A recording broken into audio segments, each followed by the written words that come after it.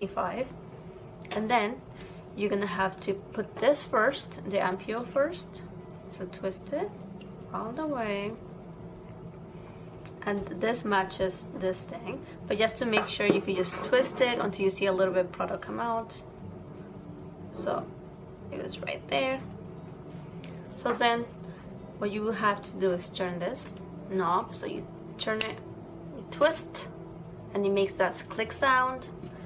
And then you have to choose your measurement. So maybe 1, 2, and 3. And then you're gonna be able to, you see that? It worked. So you're gonna have to turn this, choose your measurement, 1, 2, and 3, and then press the button. So again, twist, make that sound. Let me choose just 2. So 1, 2, and then do that. So that is how this pen works. I hope you guys understood.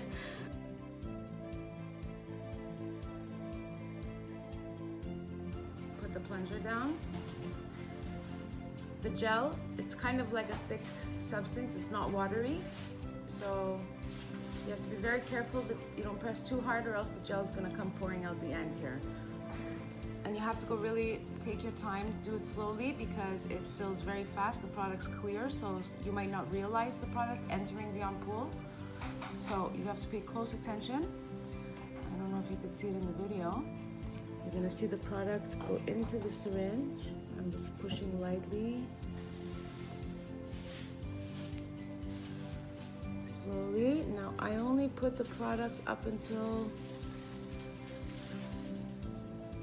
the 10. Okay, you need a little space because you have to put the plunger back in, and if you fill it completely, you're gonna waste space when you put the plunger back in. So I filled it, I stopped till 10. From 10 to the end, it's empty. I put that down, pick up my plunger goes into the end. Go closer. Now you're gonna see the product and the plunger all the way to the end. See the product to the end. I stop, I don't push no more. Take the plunger, stick it into the pen, screw it in.